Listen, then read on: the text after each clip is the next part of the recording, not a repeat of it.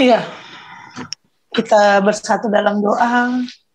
Hati kami limpah ucap syukur Tuhan untuk kebaikan Tuhan yang dahsyat, yang luar biasa yang boleh kami rasakan. Kalau sore, malam hari ini Tuhan, kami mengambil sikap ingin boleh lebih mengetahui kedalaman firman-Mu Tuhan bersama-sama. Ini semua karena kasih anugerah Tuhan. Biarlah di dalam Bible study ini Tuhan, hikmat-Mu turun atas setiap kami untuk boleh menerima pengertian yang berasal daripada Bapa sendiri melalui hamba-Mu pada malam hari ini akan memberkati setiap kami. Kami mau buka hati kami, kami mau buka telinga kami Tuhan, pikiran kami mau serahkan benar-benar kepada Engkau. Tidak ada yang melawan kebenaran firman-Mu, hanya bisa menjalankan apa yang menjadi firman-Mu bagi kami. Terima kasih untuk kehadiran-Mu bersama dengan kami percaya ada berkat yang luar biasa yang Tuhan sediakan di dalam acara ini, sehingga ketika kami nanti akhiri, kami akan pulang membawa berkat itu kepada orang-orang, kepada siapapun yang akan kami jumpai, yaitu berkat damai sejahtera sukacita daripada Engkau. Dalam nama Tuhan Yesus, kami siap Tuhan di dalam ibadah ini. Haleluya. Amin.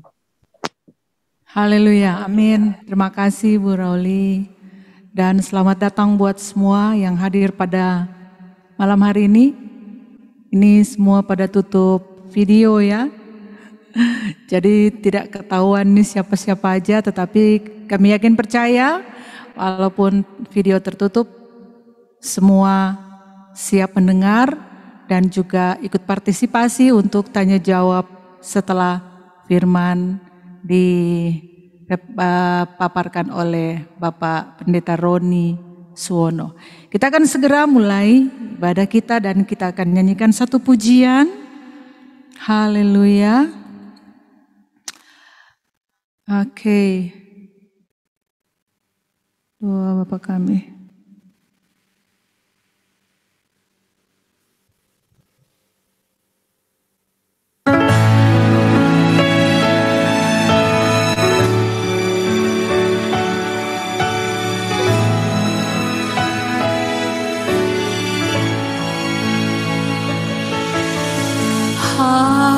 Haleluya, haleluya, haleluya,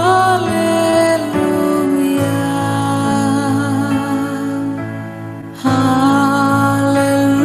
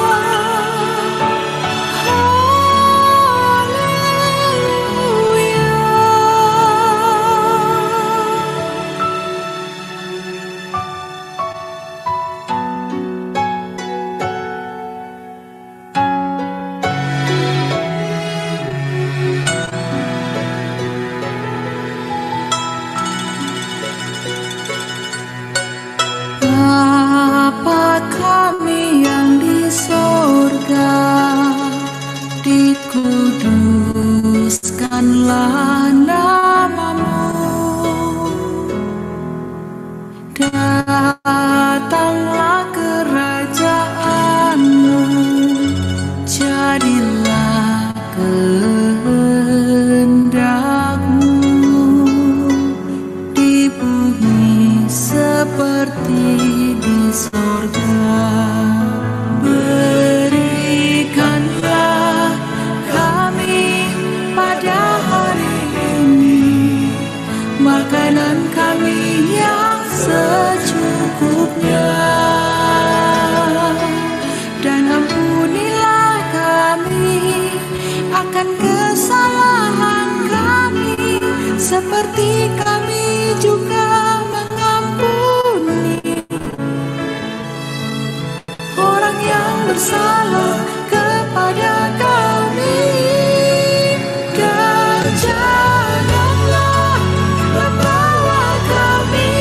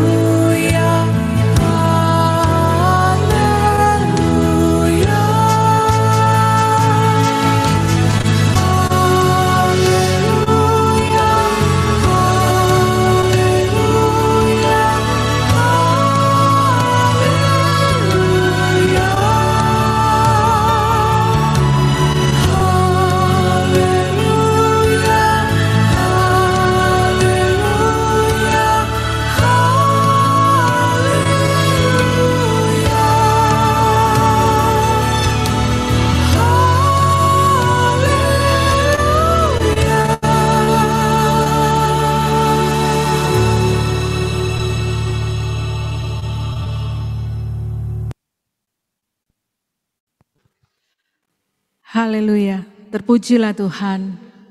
Doa Bapa kami pada malam hari ini mengantarkan kita mengingat kebaikan-kebaikan Tuhan. Dan segera kita akan sambut firman Tuhan, kita akan naikkan satu pujian lagi. Mazmur 23. Oke. Haleluya.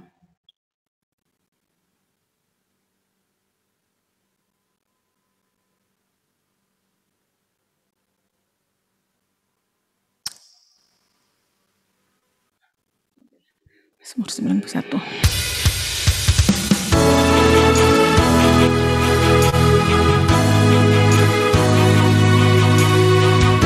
Maaf lagu ini. Mazmur 91.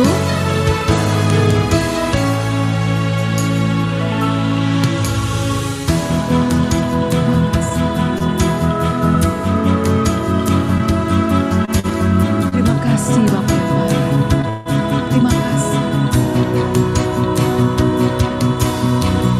Kau Tuhan tempat perlindunganku, kubu bertahanan yang ku percaya. Dengan sayapmu kau naungiku, ku takkan takut, ku takkan goyah karenamu. Sungguh hatiku melekat padamu, Engkau kan meluputkanku dan membentengiku oleh karena kuasa-Mu, dan ku berseru memanggil nama-Mu. Engkau pasti menjawabku dan menyertaiku. Kau beriku hidup dan keselamatan selamanya. Kau Tuhan yang layak disembah.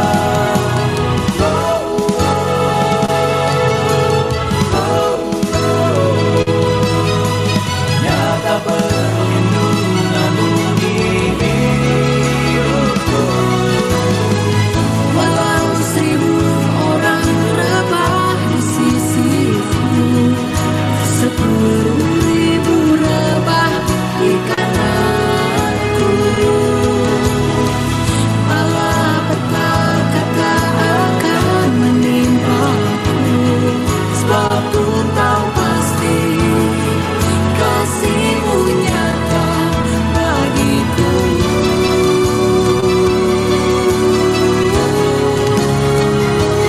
Sungguh hatiku melekat padamu,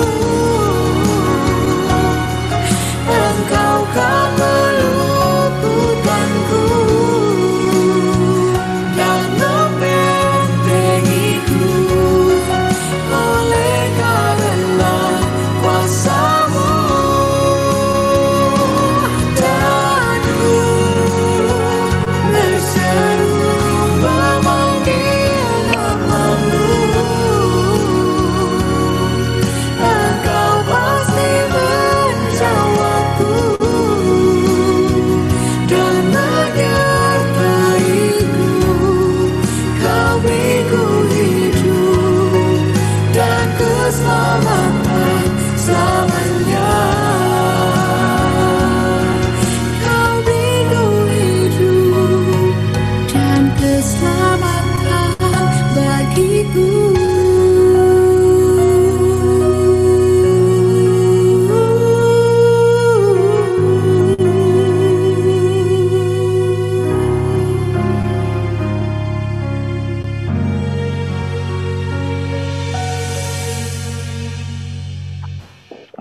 Mari Bapak Ibu yang dikasihi Tuhan, sebelum kita belajar mengenai firman Tuhan, Kita akan lebih dahulu mohon berkat Tuhan di dalam doa. Bapa yang Maha Kasih, Yesus Tuhan kami, berkatilah setiap kami sebagai anak-anak Tuhan yang malam hari ini menghampiri akan tahta-Mu untuk mendengar sebagian daripada sabda firman Tuhan. Biarlah Tuhan Kau menyambut setiap kami dengan kedua belah tangan-Mu yang terbuka, sehingga ketika Tuhan berfirman atas kami percaya firman-Mu tidak pernah kembali dengan sia-sia. Namun kami semuanya akan mendapat berkat yang luar biasa. Oleh karena itu Tuhan, berfirmanlah kepada kami siap mendengar akan firman Tuhan. Di dalam nama Tuhan Yesus, kami percaya dan sudah berdoa. Amin. Saudara yang dikasihi oleh Tuhan, memasuki sesi yang ketiga dari tema besar kita, yaitu 3 cara mengatasi konflik secara damai, telah kita lewati 2 sesi yang terdahulu. Yang pertama, bagaimana mengatasi konflik secara damai menurut cara Abraham ketika Abraham harus berkonflik dengan Lot keponakannya. Kemudian yang kedua, bagaimana Daud menyelesaikan konfliknya dengan Saul.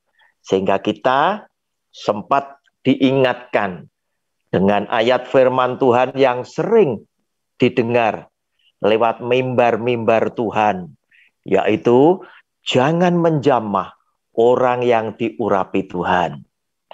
Nah saudara, ini adalah cara Tuhan Yesus, cara yang sangat istimewa. Ada 2, yaitu yang pertama Tuhan Yesus memberikan petunjuk kepada saudara dan saya ketika kita berkonflik dengan sesama. Yang kedua, ketika dia berkonflik dengan pribadi yang tertentu, yaitu mamon. Nah saudara, mari kita lihat lebih dulu yang pertama, yaitu ketika Tuhan Yesus mengajar kepada saudara dan saya ketika kita berkonflik dengan seseorang. Matius pasal 18. Saya bacakan ayat 15 sampai dengan yang ke-17. Demikian bunyi firman Tuhan. Judul bacaannya tentang menasehati sesama saudara. Apabila saudaramu berbuat dosa, tegurlah dia di bawah 4 mata. Kata tegurlah silakan digarisbawahi, itu perintah. Jika ia mendengarkan nasihatmu, engkau telah mendapatnya kembali. Jika ia tidak mendengarkan engkau, bawalah seorang atau 2 orang lagi, supaya atas keterangan 2 atau 3 orang saksi, perkara itu tidak disangsikan. Ayat 17 adalah ayat yang tidak pernah atau jarang sekali diajarkan di gereja-gereja dalam tanda kutip. Pendeta-pendeta jarang mengajarkan ini kepada jemaatnya. Jika ia tidak mau mendengarkan mereka, sampaikanlah soalnya kepada jemaat. Dan jika ia tidak mau juga mendengarkan jemaat, pandanglah dia sebagai seorang yang tidak mengenal Allah atau seorang pemungut cukai. Saudara, firman Tuhan ini keluar langsung dari mulut Tuhan Yesus. Sebab apa? Sebab konflik di antara kita dengan sesama yang lain itu bisa kira-kira karena beda pendapat. Atau kita melihat yang kebanyakan terjadi adalah orang-orang yang harusnya terpandang, dihormati. Ambil contoh, seorang pendeta, gembala sidang, rohaniawan, yang kemudian kedapatan berbuat perbuatan yang tercela. Bisa konflik dengan sahabat sepelayanannya. Bisa konflik dengan anaknya sendiri. Bisa konflik dengan istrinya sendiri. Atau mungkin mengajarkan ajaran-ajaran tertentu yang dipandang oleh sebagian besar orang Kristen tidak sesuai dengan Alkitab. Maka, saudara, hal-hal tersebut bisa menimbulkan konflik. Nah, konflik biasanya terjadi belum tentu antara hamba Tuhan ini tadi, tetapi antara pendukung hamba Tuhan ini tadi dengan yang memberikan penilaian.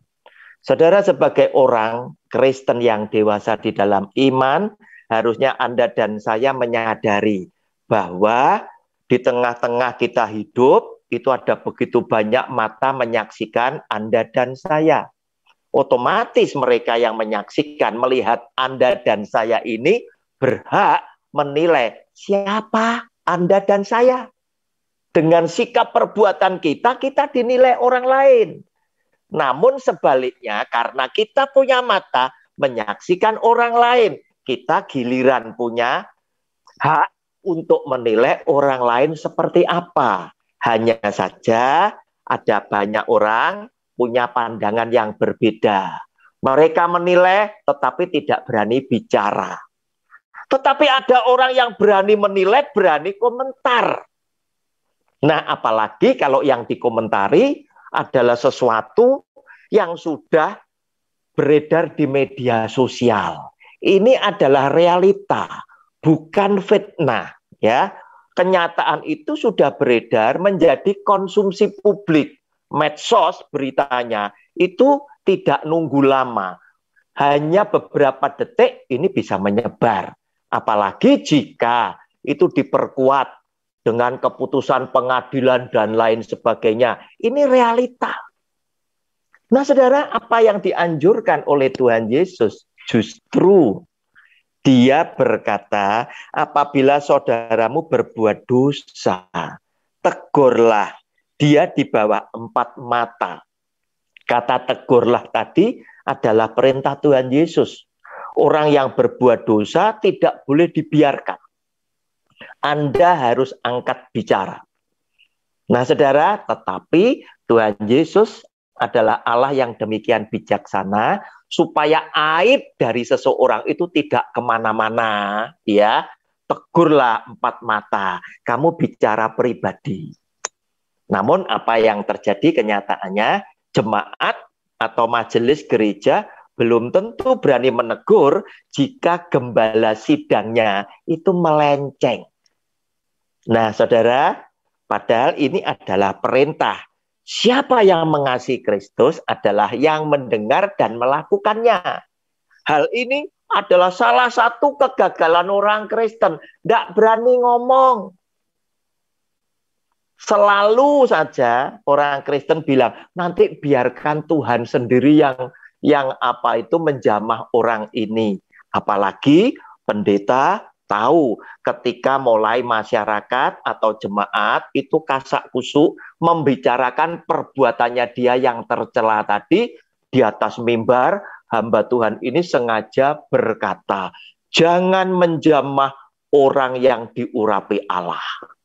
Nah, saudara, Anda tahu di pelajaran kita sesi yang kedua, kita sudah tafsirkan ya, bahwa itu adalah keluar dari mulut Daud kepada Saul. Arti jangan menjamah orang yang diurapi Allah tadi adalah artinya membinasakan Saul, membunuh Saul, melenyapkan Saul. Tidak ada urusannya dengan tegur-menegur, tidak ada. Tetapi oleh sebagian besar pendeta zaman sekarang, dalam tanda kutip saya tidak sebutkan namanya, seringkali ayat firman Tuhan ini dipakai sebagai benteng perlindungan atas perbuatan mereka yang tercela. Agar supaya isu itu berhenti. Jemaat tidak berani membicarakan lagi. Karena apa? Takut ini berdosa. Padahal ini adalah pemutarbalian arti ayat firman Tuhan. Nah, saudara, Tuhan Yesus mengajarkan kepada kita lagi, jika ditegur dengan 4 mata pribadi, dia tetap ngotot bahwa aku tidak berbuat ini dan itu dan lain sebagainya. Tuhan Yesus menganjurkan, kamu harus cari 2-3 orang saksi, supaya dengan saksi yang kamu bawa menghadapi seseorang yang engkau tegur ini tadi, perkara ini tidak bisa dipungkiri lagi. Artinya orang ini mengakui atas perbuatannya, mengakui kesalahannya, dia bertobat, dan kita mendapatkannya dia kembali. Nah saudara, ayat 17 ini yang saya prihatin. Dalam tanda kutip, banyak pendeta, banyak gereja tidak pernah membacakan dan mengajarkannya. Ya, selalu saja memutarbalikkan. Begitu jemaat membicarakan, begitu dari gereja lain mulai memberikan komen juga di medsos. Karena apa? Kamu juga diberitakan di medsos, mulailah antar pendukung, pendeta yang tadi dikritik dan yang mengkritik, itu terjadi konflik. Nah saudara, apa yang dikatakan oleh Tuhan Yesus? Ya kalau dibawakan saksi lebih dari 1, itu dia mau terima. Kalau dia tidak terima bagaimana Tuhan? Orang ini bebal sekali. Karena kita banyak ngelihat orang yang merasa lebih tua, merasa lebih senior, merasa lebih punya kedudukan. Katakanlah aku gembala sidangnya, aku pendeta senior. Apalagi sekarang jabatan pendeta ini ditambahi kata senior di belakangnya. Wah, tambah keren. Seakan-akan orang rohaniawan ini, wah kelihatan kemaruk ya, serakah dengan apa itu, dengan jabatan ya. Pendeta dulu sudah cukup, sekarang ditambahi senior. Wah, luar biasa. Nah, saudara, orang-orang yang semacam ini biasanya tidak mau dipersalahkan. Karena apa? Ada harga diri, ada gengsi. Masa aku ditegur dengan jemaatku sendiri? Masa aku diingatkan dengan anak muda? Masa aku diingatkan dengan anak kecil dan lain sebagainya?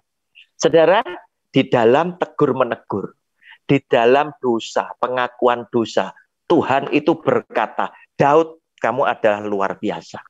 Setiap kali Daud salah, Daud tidak pernah berbelit-belit seperti model gayanya Adam. Adam berbelit-belit. Tuhan gara-gara perempuan ini, perempuan gara-gara ular ini, berbelit-belit, cari kambing hitam. Tetapi Daud begitu ditegur, Tuhan, aku yang salah, ampuni aku. Itu Daud. Nah saudara, tergantung Anda mau pilih yang mana. Anda mau pilih gaya Adam silahkan, mau gaya Daud silahkan. Bagi saya tidak punya kepentingan. Tetapi yang jelas, Daud itu berkenan di hati Tuhan. Kenapa? Karena dia seorang raja yang punya kerendahan hati. Dan saudara harus tahu bahwa ketika orang mengakui perbuatan salahnya, Alkitab memberikan jaminan dia yang adil akan mengampuni dosa saudara. Saudara, saya bacakan dulu ayatnya. 1 Yohanes pasal yang pertama, ya, ayat 9. Jika kita mengaku dosa kita, maka ia adalah setia dan adil, sehingga ia akan mengampuni segala dosa kita dan menyucikan kita dari segala kejahatan. Dan pengadilan di dunia juga demikian. Ketika Anda mengakui kesalahan, hakim memutuskan vonis, hakim berkata, yang meringankan saudara terdakwa adalah mengakui kesalahannya, menyesal atas perbuatannya. Itu, saudara. Nah, saudara, apa yang dikatakan oleh Tuhan Yesus di sini? Ayat 17 berkata demikian, jika ia tidak mau mendengarkan mereka yang menegur dan saksi-saksi tersebut, sampaikanlah soalnya kepada jemaat. Digaris bawahi. Berarti berita ini boleh menjadi konsumsi jemaat secara luas. Nah, supaya apa saudara? Supaya yang lain pun juga takut. Nah saudara, silakan Anda yang mendengarkan firman Tuhan ini dan mendengarkan tafsiran saya, itu membela diri silakan. Apakah Anda akan berkata, oh ini mesti diketahui dulu bahasa aslinya, ya, bahasa Ibraninya seperti apa? Karena bahasa Indonesia terjemahan LAI seringkali membingungkan. Nah, terserah. Nanti saya tunjukkan ayat yang lainnya, ya. Dan jika ia tidak mau juga mendengarkan jemaat, pandanglah dia sebagai seorang yang tidak mengenal Allah atau seorang pemungut cukai, yaitu orang-orang yang berdosa, orang-orang yang tidak mengenal Allah. Nah, saudara, sehingga justru lewat peristiwa-peristiwa yang menjadi konsumsi publik, sekarang ada begitu banyak pendeta yang dulu mengagumkan karena telah dipercayai oleh Tuhan menggembalakan demikian banyak domba-domba milik Kristus, yang ketika dia meninggal, jujur aja saudara, Anda tidak berani meneladani imannya dia. Sebab apa? Perilakunya dia menunjukkan siapakah dia, siapakah pohonnya. Nah saudara, ketika Anda mulai berkata, wah masa Tuhan Yesus seperti itu, ya, begitu tidak mau mengakui, kemudian harus disebarkan kepada jemaat, boleh menjadi konsumsi publik. Saudara, pastilah yang namanya rasul tidak berani menyimpang dari apa yang dikatakan oleh Yesus sebagai Tuhan dan yang mengutus dia, mengutus mereka. Pastilah para rasul memperhatikan kata-kata firman dari Tuhan Yesus untuk disebarkan. Nah saudara, kita lihat sekarang 1 Timotius pasal yang kelima. 1 Timotius pasal yang kelima, ayatnya yang ke-20. Ini Rasul Paulus yang berkata, demikian bunyi firman-Nya. Mereka yang berbuat dosa, hendaklah kau tegur, silakan digarisbawahi, di depan semua orang, agar yang lain itu pun takut. Saudara, ini adalah firman Tuhan yang tertulis, yang saya malam hari ini hanya menuntun saudara yang belajar bersama-sama dengan saya untuk saya tunjukkan ayat yang seperti ini ada. Mereka yang berbuat dosa, hendaklah kau tegur di depan semua orang, agar yang lain itu pun takut. Gara-gara jangan menjamah orang yang diurapi Allah, yang pengertiannya diputar balikkan dan dipercayai oleh sebagian besar anak-anak Tuhan, maka mereka-mereka yang ada di atas bisa seenaknya berbuat dosa lagi. Sebab apa? Jemaat mudah dibohongi. Nah saudara, sekarang bagian yang kedua. Kita melihat siapakah yang menjadi seteru abadi Tuhan. Kita tahu iblis. Tetapi iblis ini punya ya alat yang disebut dengan mamon. Nah, ketika dia berkonflik secara abadi, Yesus Kristus Tuhan itu menasihatkan kepada saudara dan saya agar Anda memilih, Anda berpihak kepada Tuhan atau kepada mamon. Saudara, saya perlihatkan lebih dulu Matius pasal 6 ayatnya yang ke-24. Tak seorang pun dapat mengabdi kepada dua tuan.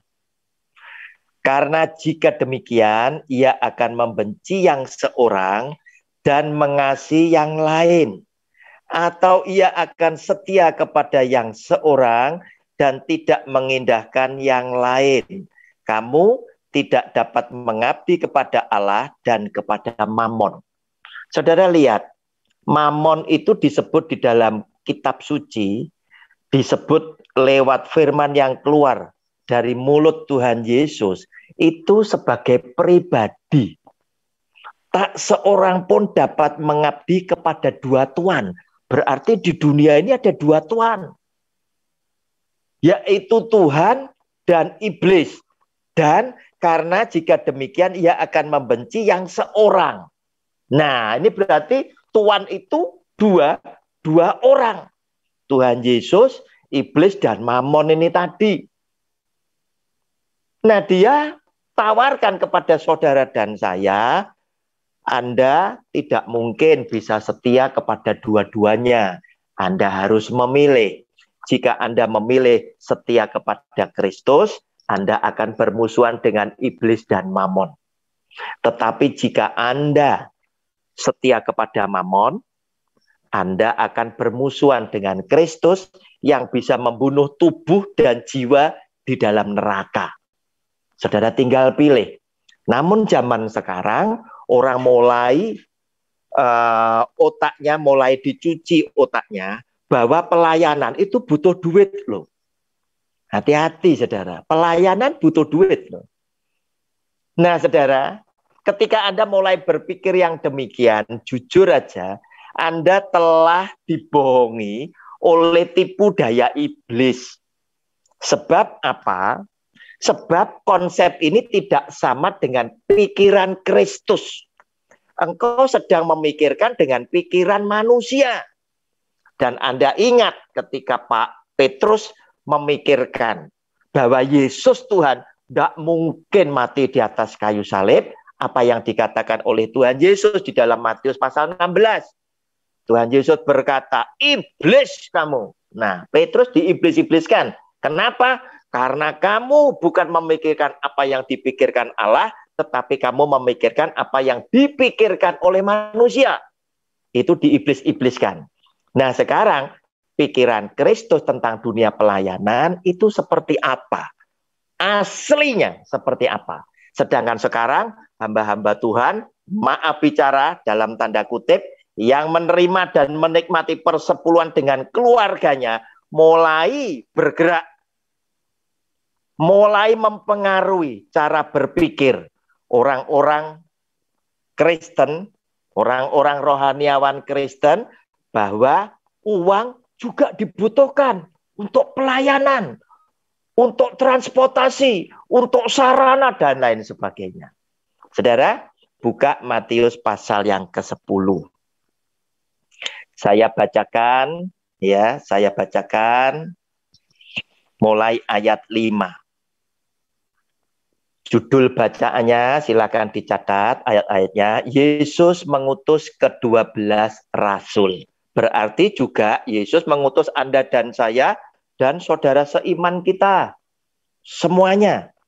Ke-12 murid itu diutus oleh Yesus dan ia berpesan kepada mereka, janganlah kamu menyimpang ke jalan bangsa lain atau masuk ke dalam kota orang Samaria. Melainkan pergilah kepada domba-domba yang hilang dari umat Israel. Pergilah dan beritakanlah kerajaan surga sudah dekat. Berarti kita harus memberitakan Injil Kristus. Sembuhkanlah orang sakit, bangkitkanlah orang mati, tahirkanlah orang kusta, usirlah setan-setan. Kamu telah memperolehnya dengan cuma-cuma, karena itu berikanlah pula dengan cuma-cuma. Yang asli dari Tuhan, karunia-karunia itu diberikan dengan cuma-cuma, maka Anda juga akan memberikan kepada orang lain juga dengan gratis. Saya lanjutkan ayat 9. Janganlah kamu membawa emas atau perak atau tembaga dalam ikat pinggangmu. Tidak perlu bawa sangu, tidak perlu bawa duit. Karena aku adalah Tuhan yang bertanggung jawab untuk mengutus engkau, memelihara, mencukupkan kamu. Aku tanggung jawab. Janganlah kamu membawa bekal dalam perjalanan. Janganlah kamu membawa baju 2 helai, kasut atau tongkat, sebab seorang pekerja patut mendapat upahnya. Saudara tidak perlu bawa sangu. Artinya melayani Tuhan seringkali terkendala Tuhan. Apakah aku bisa? Aku kan orang miskin. Aku tidak punya apa-apa. Aku tidak punya sarana. Ini dijamin oleh firman yang keluar dari mulut Tuhan Yesus sendiri. Namun saking pandainya pendeta zaman sekarang, dia berpikir melebihi atau keluar dari pikiran Kristus. Mereka mulai memberikan masukan, racun-racun, ragi-ragi orang Farisi dan ahli Taurat ini mulai dimasukkan dengan berkata, uang kita perlukan, tetapi ini harus dipakai untuk melayani Tuhan. Memang kita tahu uang berbahaya, tetapi tergantung uang ini ada di tangan siapa. Nah, saudara sudah pasti tidak sama dengan pikiran Kristus. Sebab apa? Tuhan Yesus menyampaikan kepada saudara dan saya, hati-hati ketika Anda terjebak, terbuai dengan nikmatnya uang, ternyata dunia itu isinya adalah seperti ini. 1 Yohanes pasal 2 ayat 15 sampai 17. 1 Yohanes pasal 2 ayat 15 sampai dengan 17. Demikian bunyi firman Tuhan. Janganlah kamu mengasihi dunia dan apa yang ada di dalamnya. Jikalau orang mengasihi dunia, maka kasih akan Bapa tidak ada di dalam orang itu. Apa toh isinya dunia itu? Ayat 16. Sebab semua yang ada di dalam dunia, yaitu keinginan daging, garis bawahi saudara, dan keinginan mata, serta keangkuhan hidup, bukanlah berasal dari Bapa, melainkan dari dunia. 3 macam ini adalah apa yang dicobakan oleh iblis kepada Tuhan Yesus. 3 macam ini. Tetapi ayat 17 berkata, dan dunia ini sedang lenyap dengan keinginannya, tetapi orang yang melakukan kehendak Allah tetap hidup selama-lamanya. Saudara, itulah yang saya bisa berikan kepada saudara dan saya untuk kita masuk kepada sesi tanya jawab. Namun sebelum kita masuk ke sana, supaya Anda mampu dan bisa memilih, Anda mau milih Tuhan Yesus atau Anda mau milih Mamon, iblis setan, saya mau bacakan 1 ayat firman Tuhan dari Matius pasal yang ke-10, Matius pasal yang ke-10, ayatnya yang ke-28. Dan janganlah kamu takut kepada mereka yang dapat membunuh tubuh, tetapi yang tidak berkuasa membunuh jiwa. Takutlah terutama kepada Dia, huruf besar, yang berkuasa membinasakan baik jiwa maupun tubuh di dalam neraka. Silakan digarisbawahi semuanya. Silakan Anda berpikir, Anda mau berpihak kepada siapa. Amin. Silakan Bu Jacqueline, kita masuk kepada sesi tanya jawab.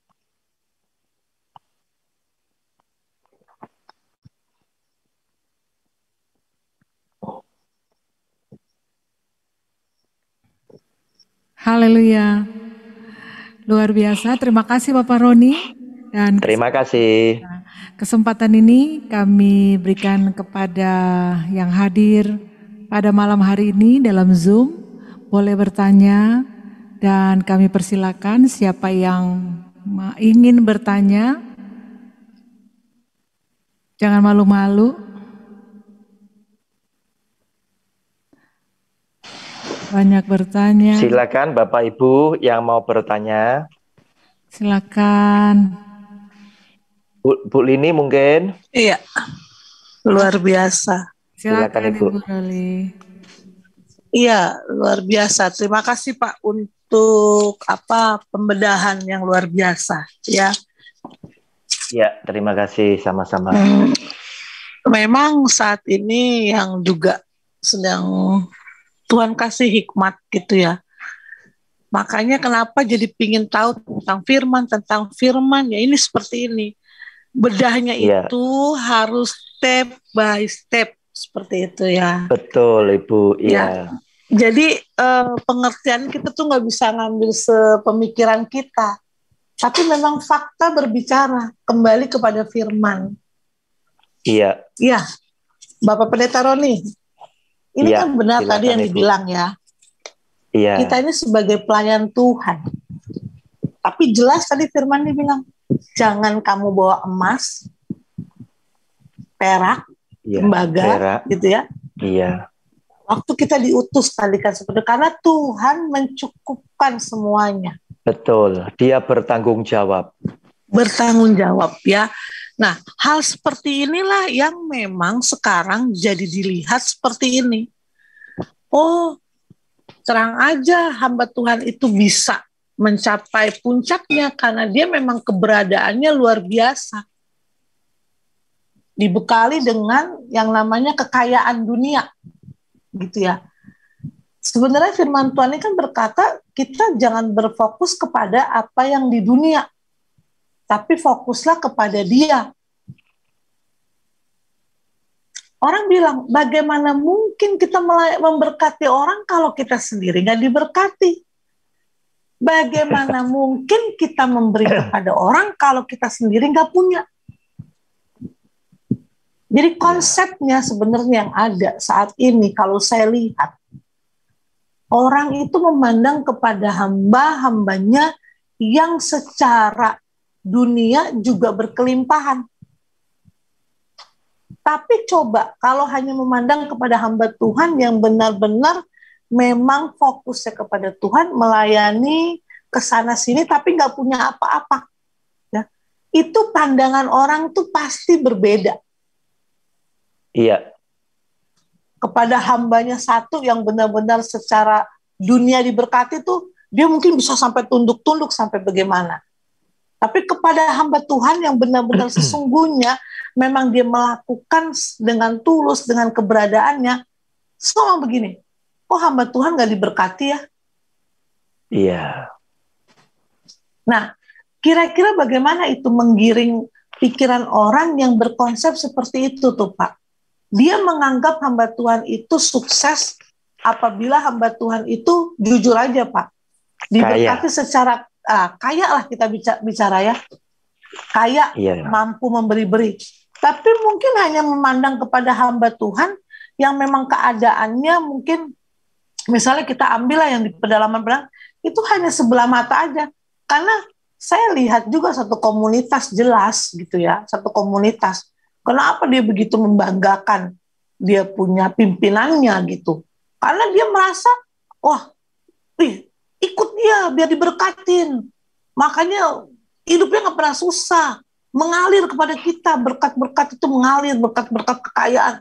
Bagaimana kita mau dibilang orang Kristen jadi berkat kalau kamu sendiri miskin gitu? Nah, Pak, konsep yang seperti ini kira-kira bagaimana pemaparannya untuk kita boleh mengimplementasikannya kepada orang gitu, supaya orang itu memandangnya jangan hanya kepada hamba Tuhan yang wah, itu baru seperti itu. Ya, Pak Pendeta Roni, terima kasih Pak. Terima kasih Bu Rolini, terima kasih. Pertanyaan yang sangat bagus sekali, berbobot sekali. Zaman sekarang banyak jemaat itu yang respect, yang hormat hanya kepada pendeta dalam arti kata yang kaya secara jasmani. Gerejanya, gedungnya megah, jumlah jemaatnya banyak, cabangnya ada di mana-mana, kendaraannya juga mewah, yang seringkali bisa berbagi. Ya, selayaknya seakan-akan gereja ini dermawan sekali. Baru jemaat itu menunduk-nunduk dan mengakui hamba Tuhan ini sukses. Nah, saudara, gimana caranya kita bisa mengembalikan jemaat dengan pandangan yang benar seperti pikiran Kristus? Pertanyaannya Bu Rolini itu ke sana. Gimana kalau ada hamba Tuhan yang hidupnya sederhana, gedungnya biasa-biasa, jemaatnya nggak banyak, dan secara finansial cukup-cukup, tidak berlebih. Seringkali hamba Tuhan seperti ini justru dipandang sebelah mata. Saudara, kita mesti menyadari, kita belum tentu teriak sampai urat leher ini putus, ya. bisa membuat orang yang jalan di jalan yang salah itu bisa balik. Belum tentu. Ya, apalagi jika mereka ternyata memang adalah orang yang sengaja oleh Kristus tidak diselamatkan. Dia tidak akan pernah mendengar kepada suara sang gembala. Sebab apa? Dia bukan dombanya. Walaupun kelihatannya mereka ke gereja, belum tentu dombanya. Yang dombanya justru yang mendengar dan melakukan firman Kristus. Saya kutipkan dulu supaya yakin ya. Ya, siapa yang mengasihi Tuhan? Yohanes pasal 14. Ya, supaya yakin dulu. Ini kata-kata Tuhan Yesus loh yang saya berikan kepada saudara, ya. Yohanes pasal 14 ya. Ayatnya yang ke-15. Jikalau kamu mengasihi aku, hanya huruf besar, kamu akan menuruti segala perintahku. Silakan digarisbawahi semua. Berarti kalau engkau adalah orang Kristen yang kemudian tidak menuruti firman Tuhan Yesus, tidak menuruti pikiran, hati, dan perasaan Kristus, seperti di Filipi pasal 2, saya pastikan engkau adalah bibit antikris. Sebab apa? Sama dengan yang di dunia, ya. Partai yang berpihak kepada pemerintah adalah partai pendukung. Tetapi partai yang berlawanan dengan pemerintah disebut oposisi. Nah, orang Kristen yang tidak mendukung firman Tuhan disebut bukan pendukung Kristus atau antikris. Anda bibitnya. Kenapa? Karena sudah ditulis di Alkitab. Antikristus sudah ada sejak dulu. Mereka berasal dari kita. Hanya saja mereka tidak sungguh-sungguh mengikut kepada Kristus. Mereka pergi kemana-mana untuk apa? Untuk berkembang. Dan karena itu firman Tuhan memperingatkan, hati-hati. Iblis bisa menyamar sebagai malaikat terang. Ada di mana? Ada di rumah Allah dong. Nah, hati-hati. Kita tidak bisa, walaupun teriak urat leher kita sampai putus untuk membuat mereka bertobat. Tetapi seperti apakah ya yang kita bisa lakukan kepada mereka? Kita tetap memberitakan agar supaya yang pertama kita sudah memperingatkan mereka dan kita tidak menanggung atas darah mereka. Itu yang pertama. Ya. Kita tidak boleh salah di hadapan Tuhan. Kita tetap menyuarakan suara Tuhan. Urusan dia mau terima bertobat, puji Tuhan, tidak, silakan tanggung sendiri. Tetapi Anda dan saya yang taat kepada yang tertulis. Jangan ikut-ikut ke sana. Ikut firman Tuhan. Ikut Tuhan Yesus. Ya, seringkali mereka itu sebetulnya menyangkali firman. Mereka tadi kan berkata, kalau kita tidak punya duit, kita orang Kristen tidak diberkati, bagaimana kita bisa jadi berkat orang lain? Itu kata-kata ya yang tidak sama dengan firman Tuhan. Ya, saudara silakan buka ya pada Kisah Rasul pasal yang ke-3. Ini dikatakan oleh orang Kristen. Ayat yang ke-6. Kisah Rasul pasal 3 ayatnya yang ke-6. Ini orang Kristen loh ngomong. Tetapi Petrus berkata, emas dan perak tidak ada padaku. Tetapi apa yang kupunyai, kuberikan kepadamu.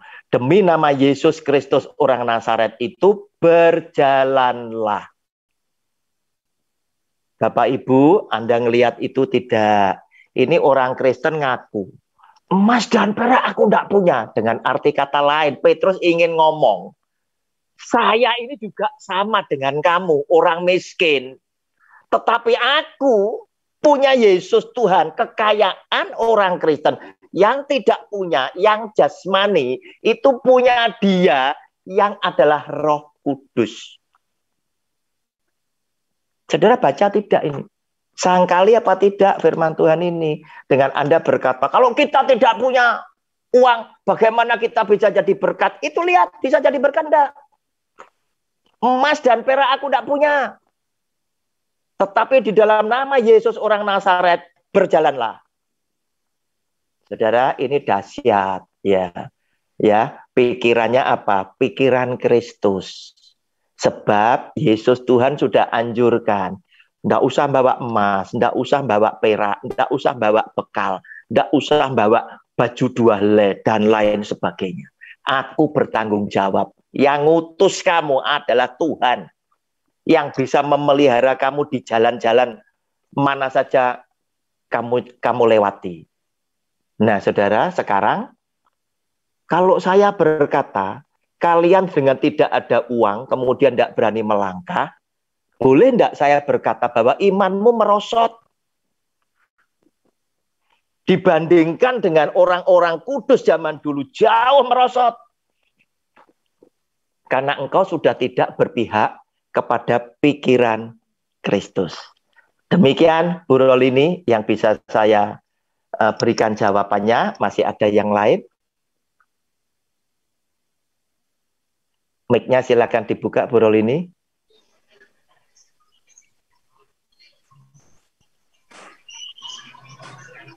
Iya Pak. Ya. Silakan kalau ada yang lain. Jadi sebenarnya memang nggak ada alasan untuk orang boleh melihat kepada kita dari kekayaan yang ada. Betul. Ya, tapi inilah memang saatnya. Karena jelas di komunitas itu, ada satu komunitas itu bilang, wah kita mah nggak mau lagi melihat kepada gembala yang lain atau siapa yang lain. Tidak. Cukup kepada dia saja. Karena melalui dia saja kita sudah bisa melihat. Buktinya, semakin dia melayani, semakin diberkati berkelimpahan. Pokoknya kalau saya lihat itu mereka hanya menilai secara jasmani. Jadi buat mereka itu ini banyak sekali komunitas besar, bukan komunitas kecil. Sampai Ibu. Di dalam pikirannya ditanamkan bahwa tidak lagi melihat kepada yang lain. Nah, jadi buat saya nih, kalau dia punya uang berarti tinggal dia pegang aja nih Alkitab. Dia ngomong aja firman, semua orang ngangguk-ngangguk gitu ya. Nah, makanya betul Ibu. Ini pentingnya kita bisa seperti ini ya, mendalami, membuka gitu ya. Karena buat saya pemahaman firman itu Tuhan berikan secara pribadi loh. Jadi Roh Kudus yang mengajar kita, memimpin kita, dan hikmat untuk kita semakin lebih mengerti. Begitu Pak Roni. Nah ini mungkin yang dibilang Pak Roni, orang kan kadang menganggap begini ya, semakin kita dekat kepada Tuhan, maka kita akan dari kemuliaan sampai kemuliaan gitu ya. Saya mengambilnya begini, semakin kita mendekat kepada Tuhan, semakin kita tahu firman, semakin dibukakan. Itulah yang saya bilang tuh, dari kemuliaan sampai kemuliaan Tuhan berikan buat kita. Gitu. Amin. Ya Pak ya. Nah, jadi bagaimana menyikapi itu sebenarnya gak usah pikirkan, kembali aja kepada firman lagi. Seperti itu yang tadi Bapak bilang. Kita kembali kepada firman. Lihat, sekarang terjadi ketidakcocokan dari apa yang dilakukan oleh pendeta yang kaya tadi. Lihat ya, tadi saya bacakan kan kisahnya Petrus dan Yohanes. Dia bilang emas dan perak tidak ada padaku. Memang kondisinya Petrus sama Yohanes tidak punya duit. Bukan orang kaya. Tetapi dia punya Yesus Tuhannya. Nah sekarang gimana kontradiksinya? Pendeta yang kaya ini ketika mendoakan orang yang sakit. Apakah cocok dia bilang, emas dan perak aku tidak punya? Tidak cocok Ibu. Tetapi deposito banyak. Apakah begitu? Tidak cocok. Betul ya? Tidak cocok. Sehingga kalau tidak cocok dengan kitab suci, pertanyaan saya satu. Hai sahabatku, engkau hidup ini meneladani siapa? Meneladani siapa? Bukankah engkau sebagai pembicara seringkali berkata, untuk mengusir setan, untuk menyembuhkan orang sakit, pakai firman Tuhan sebagai pedang roh. Pernah dengar Bu Rol ini? Iya. Nah, Kalau untuk ya, usir setan, iya. Untuk harus kesembuhan, pakai pedang roh. Lah, pada waktu pedang roh ini dipakai, tidak cocok dengan keadaannya dia. Mas Pera, aku tidak punya deposito. Rumah apartemen banyak. Dalam nama Tuhan, masa gitu. Nah, tidak cocok kan. Betul ya. Nah, ini sekedar wawasan saja. Ya. Yang penting, yang mengerti tentang firman Tuhan, jangan ikut ke mereka. Kita tetap rajin beritakan kebenaran firman Tuhan. Urusan mereka mau bertobat, terserah mereka. Yang penting kita tidak ikut menanggung darah mereka jika mereka tidak diselamatkan. Yang penting kita bersama keluarga kita, sahabat dan orang-orang dekat dan jemaat yang dipercayakan oleh Tuhan kepada kita, diajar kembali kepada firman Allah. Oke, cukup ya Bu Rolini. Mungkin cukup. ada yang lain Bu Jacqueline, silakan. Terima kasih. Boleh nanya yang lain? Pak Roni? Oh iya, Pak. Silakan Pak Bandar. Iya, luar biasa. Haleluya. Haleluya. Senang Pak Bandar, hati, silakan. sukacita dan bangga bisa kita belajar Alkitab malam hari ini yang sudah disampaikan oleh hambanya sebagai narasumber. Memang sebelum saya bertanya, silakan, Pak Bandar. Kita ulas sedikit Pak ya. Namanya kehidupan kita ini enaknya unik. Enak, unik, aneh, lucu kalau kita ikut Tuhan ini. Gimana? Karena Dia maha besar, Dia maha mulia, Dia maha agung, Dia maha segala-galanya, Dia yang punya surga dan punya bumi. Dengan kehadiran kita sebagai pelayan Tuhan, aktivis gereja, hamba Tuhan, apalah itu gelarnya, panggilannya, itu kita ada dua pilihan dikasih Tuhan. Ada hidup secara jasmani, ada juga hidup secara rohani. Tadi hambanya, Pak Pendeta Roni mengatakan, ikut Tuhan atau ikut mamon. Ya. Kalau kita lihat lagi susah, ini cerita susah ini. Hamba-hamba Tuhan lagi susah, aktivis-aktivis gereja lagi susah, pastilah ikut Tuhan. Itu otomatis. Nggak bisa dipungkiri lagi, nggak ada pilihan lain, pasti ikut Yesus. Waktu susah. Gitu Tuhan berkati, dikasih rumah, kasih mobil, mobil murah, mobil mewah, semua fasilitas mulai berubah. Kenapa? Dia pikir itu, hamba Tuhan pikir itu, berkat-berkatnya itu karena tenaganya, karena usahanya. Akhirnya, tadinya ikut Tuhan Yesus full time, 100%, setelah dia punya segala-galanya, mulai berubah. Ada 60 jasmani ikut mamon, ada 40% ikut Tuhan Yesus. Bahkan bisa kecil ikut Tuhan Yesus hanya 10%. Kenapa? Karena sudah memiliki segala-galanya. Saya setuju nih ajaran malam hari ini. Kenapa? Ajaran-ajaran yang sekarang ini, zaman maju ini, banyak ajaran-ajaran yang namanya teologi kemakmuran. Katanya Allah raja, kita juga harus anak raja. Ini ajaran-ajaran ini akhirnya kebanyakan pandangannya kalau ikut Yesus pasti kaya. Perpuluhan kah, persembahan kah, apa itu? Apalagi kalau pendeta dari gereja lah kita bilang, kalau ada acara di tempat orang miskin dia nggak mau. Dia pasti pilih rumah orang kaya. Kenapa? Ada pemberian atau berkat yang besar. Ya, rata-rata seperti itu ya Bapak Ibu ya. Kalau gereja kecil mungkin nggak kelihatan, tapi kalau gereja besar, dia bisa hitung. Saya setuju untuk hambanya Pak Roni, kalau kita memang benar-benar anak Allah, ya ikut Allah lah. Jangan ikut mamon. Bahkan itu rata-rata hamba-hamba Tuhan nanya kualitas apa kuantitas. Kalau gereja saya nggak ada di atas 1.000, saya nggak mau khotbah. Saya mau khotbah gereja yang besar. Jadi kalau gereja kecil kemana ini? Nah, Oke. Ingin saya tanyakan kepada hambanya, bagaimana kita mengantisipasi zaman modern sekarang ini? Masihkah ada anak-anak Tuhan yang murni ikut Tuhan? Atau memang anak-anak Tuhan sudah terbagi mendua hati. Ikut mamon lebih besar daripada ikut Tuhan. Kenapa? Kita tidak mengandalkan iman lagi, hanya mengandalkan rasio dan logika. Mungkin itu yang mau saya tanya kepada hambanya, bagaimana untuk mengantisipasi, ini tugas kita. Termasuk malam hari ini dengan Bible Study ini, kita diajarkan supaya tetap ikut Tuhan Yesus. Mungkin itu, Pak Roni, bagaimana kita mengantisipasi, Pak? Terima kasih, Pak Bandar. Terima kasih.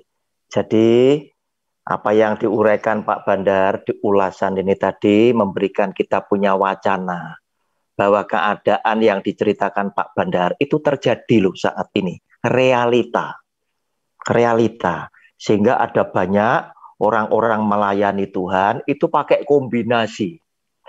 Ada 60% ikut mamon ya, tapi nanti kalau gimana kalau nanti dikatakan saya ikut mamon kan enggak enak ya. Jadi 40% ditunjukkan aktivitasnya dia ada di gereja. Nah, sehingga apa? Banyak anak-anak Tuhan, pelayan-pelayan Tuhan itu yang tidak putih, tapi abu-abu. Ya, karena ada kombinasi ini tadi. Bagaimana sekarang kita mau mengembalikan semuanya? Bapak Ibu, yang bisa mengembalikan semuanya itu jika Anda dan saya betul-betul mengasihi Kristus seperti firman Tuhan yang dikatakan oleh Tuhan Yesus, kasihlah Tuhan Allahmu dengan segenap hatimu, dengan segenap jiwamu, dan dengan segenap akal budimu, dan kasihlah sesamamu manusia seperti dirimu sendiri. Itu Anda resapi sungguh-sungguh 100% di dalam kehidupan saudara dan saya. Itu baru bisa. Sebab apa? Sebab ada sesuatu yang sebetulnya banyak hamba Tuhan itu yang tidak salah. Yang tidak salah. Ya. Karena hamba Tuhan kebanyakan, maaf bicara dalam tanda kutip, pada waktu dia melayani, dia akan berhak atas PK, atas amplop ini tadi. Nah, amplop ini adalah celah untuk iblis menggoyangkan imanmu. Jika Anda tidak berhati-hati, ya. Jika Anda tidak berhati-hati, amplop inilah yang menjadikan celah. Iblis masuk untuk menggoyahkan iman saudara. Contoh, yang namanya full timer harus dong terima PK supaya digenapi firman Tuhan. Bahwa Tuhan bertanggung jawab tadi kepada utusannya. Aku yang memeliharakan kamu. Kan begitu. Boleh, dia terima sah. Ya, 1 Korintus pasal 9, itu Anda boleh baca semuanya. Apa yang dikatakan Rasul Paulus. Urusan Rasul Paulus tidak mau terima, urusannya dia. Tetapi menerima adalah sah. Ya, untuk yang full timer, sah. Tetapi saya tadi katakan, ini adalah celah iblis itu untuk menggoyahkan iman saudara. Contoh, ini pembicara ini, pengkhotbah ini, full timer misalnya. Saya khotbah di gereja A, dikasih PK 300.000. Khotbah di gereja Cilincing, Pak Panggabean, dikasih 1 juta. Nah, ini saya hitung loh. Saya tahu loh perbedaannya. Nah, bisa saja suatu hari order memberitakan firman Tuhan masuk lebih dulu dari gereja yang kasih 300.000. Sorenya Pak Bandar baru telepon, Pak Roni bisa tidak? Minggu depan ini Bapak khotbah di gereja saya. Saya mikir, dengan pikiran 1.300.000. Ya, saya full timer loh. Saya full timer boleh loh terima. Nah, apakah Anda punya ketetapan bahwa perintah Tuhan yang masuk pertama kali itu yang saya imani, saya diminta Tuhan bicara di sana, walaupun ini gereja kecil atau tanpa PK sekalipun. Belum tentu semua orang bisa. Sebab terkadang orang terbuai dengan kata-kata pembenaran. Pada saat hamba Tuhan ini perlu, justru tawaran godaan itu masuk. Pak Bandar telepon yang terakhir. Nah, suara hati di dalam ini ada suara Roh Kudus, suara iblis, suara hatinya kita, 3. Berkata, Tuhan baik justru pada saat kamu butuh. Engkau diberi pilihan yang lebih besar. Belok. Apakah saya salah meninggalkan ini? Suaranya ngomong, enggak salah, kamu di gereja kecil juga beritakan firman. Iya. Di gerejanya Pak Bandar juga beritakan firman. Apa bedanya? Nah, saudara, hati-hati. Hati-hati. Ya, hati-hati.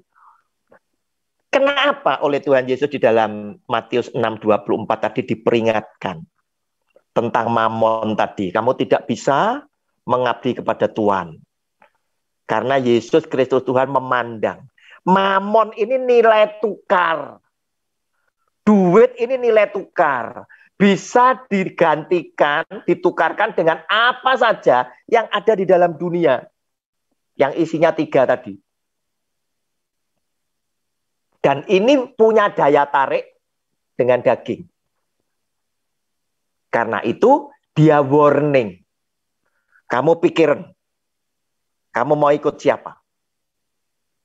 Kalau kamu ikut dia, kamu bermusuhan dengan aku yang bisa membunuh tubuh dan jiwa di dalam neraka. Kalau kamu ikut itu, kamu musuh sama aku. Tapi kalau kamu ikut sama aku, kamu bermusuhan dengan Mamon. Silakan kamu pilih. Nah, saudara, saya senang kepada Anda yang melayani Tuhan, tetapi masih juga punya penghasilan yang lain. Punya penghasilan yang lain. Kalau saya ditanya, Pak Roni, kalau saya masih punya penghasilan lain, saya kemudian melayani Tuhan, sebaiknya saya bagaimana? Saya dengan tegas saya katakan, kalau kamu ingin mendapatkan upah dari Tuhan, yang adalah berkat rohani, dan berkat jasmani dari pekerjaan tetapmu, lebih baik pada saat kamu melayani Tuhan, Anda tidak terima PK, itu adalah pengabdian keluargamu. Sebab Tuhan bisa gerojokkan, bisa limpahkan berkat jasmani lewat pekerjaanmu sekarang.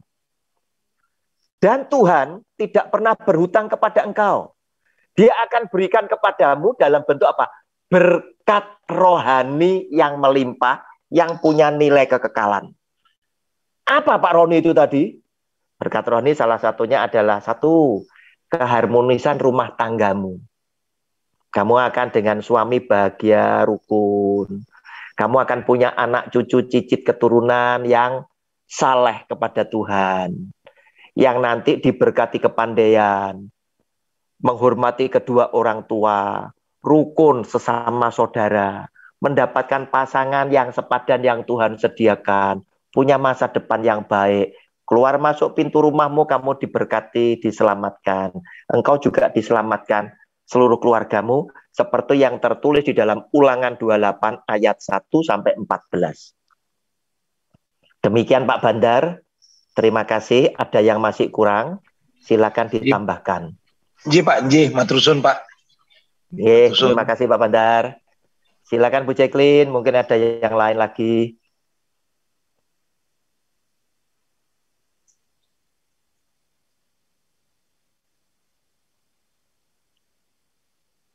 Silakan, siapa yang mau bertanya?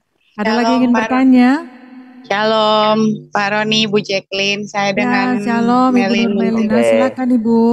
Silakan Bu Baik. Meli, silakan. Terima kasih. Sebelumnya saya minta maaf terlebih dahulu kalau mungkin suara saya agak terputus-putus karena memang kondisi lagi agak-agak kurang enak gitu di tenggorokan. Tapi puji Tuhan, malam hari ini luar biasa sekali firman Tuhan yang sudah di-sharingkan nih yang ketiga kali ya, luar biasa. Jadi semakin menambah sukacita dan semangat untuk lebih dan lebih lagi untuk untuk saya pribadi boleh terus belajar mengenai kebenaran daripada firman Tuhan. Jadi mata hati saya, pikiran saya semakin dibuka. Kalau selama ini istilahnya hanya dengar apa yang hamba-hamba Tuhan sampaikan di mimbar, itu saya telan mentah-mentah gitu. Jadi dengan saya bisa join dengan Bible study bersama Pak Roni dan tim dan teman-teman semua, semakin dibukakan. Jadi ya luar biasa, mengucap syukur dan terima kasih, sangat luar biasa. Seperti yang sudah tadi disampaikan Pak Roni, Ibu Roli, Pak Bandar ya, bahwa saat-saat ini, hari-hari ini, waktu-waktu saat ini banyak hamba-hamba Tuhan, pelaku-pelaku firman Tuhan lah ya. Kalau hamba-hamba Tuhan kayaknya masih banyak kok hamba-hamba Tuhan di luaran saya yang luar biasa melakukan pelayanannya tanpa pamrih gitu loh. Kita boleh melihat, saya juga ada di sekeliling saya hamba Tuhan yang seperti itu gitu. Jadi melakukan pekerjaan untuk menambah dana operasi gereja dengan jual tahu, dia jual ke jemaatnya, sekalipun ada sinodenya, tapi beliau ini tidak bergantung kepada sinode gitu. Sinode yang luar biasa kaya. Jadi saya tidak usah sebutkan, tapi gereja di mana saya terdaftar sebagai jemaat itu hamba Tuhan, gembala sidangnya luar biasa, sangat mengasihi. Jadi luar biasa lah. Jadi masih banyak kok. Tapi banyak juga seperti yang disampaikan Bapak tadi, banyak pelaku-pelaku firman yang saat-saat ini menjadi seperti selebriti di dalam kehidupannya, terutama pasangannya, istrinya, mungkin anak-anaknya berlaku sebagai selebriti gitu. Itu banyak kita saksikan. Jadi padahal jemaatnya banyak yang di bawah kekurangan, terus bertingkah sebagai selebriti, bahkan diposting di medsos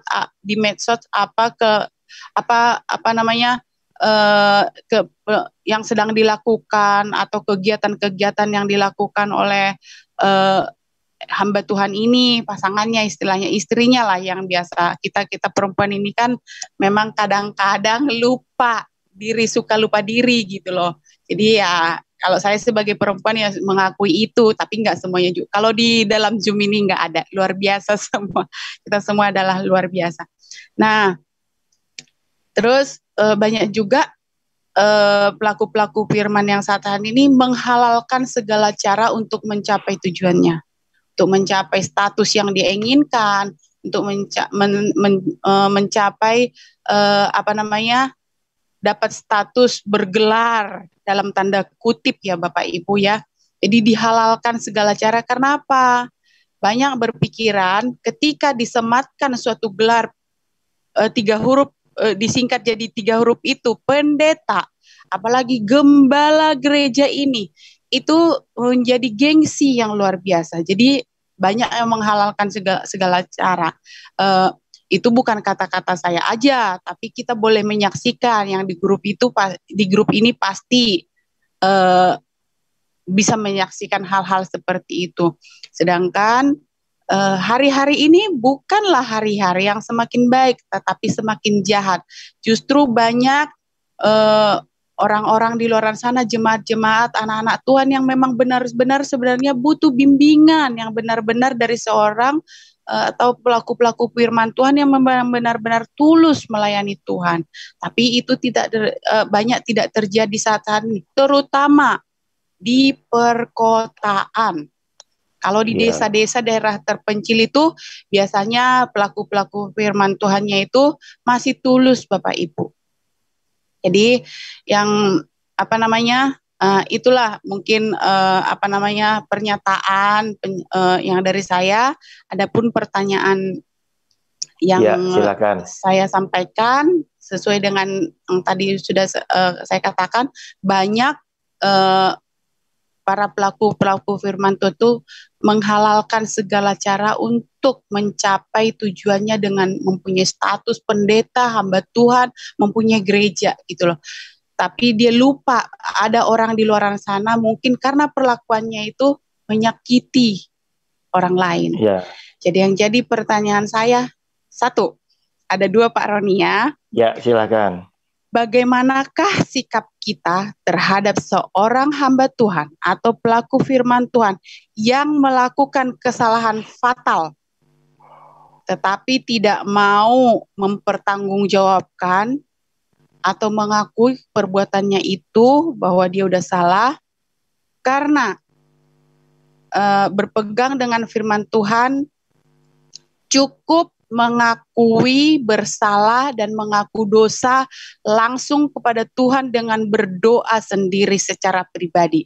Karena alasannya tadi kalau nggak salah ada disinggung dalam firman Tuhan, tapi di Matius berapa tadi saya lupa catat. Ya, langsung mengaku dosa dan itu Tuhan dengar. Gitu. Tuhan aja Maha Pengampun. Sedangkan manusia cukuplah gitu kan. Tuhan Maha Mengampuni ketika kita itu mengaku dosa, benar-benar mau bertobat kepada Tuhan.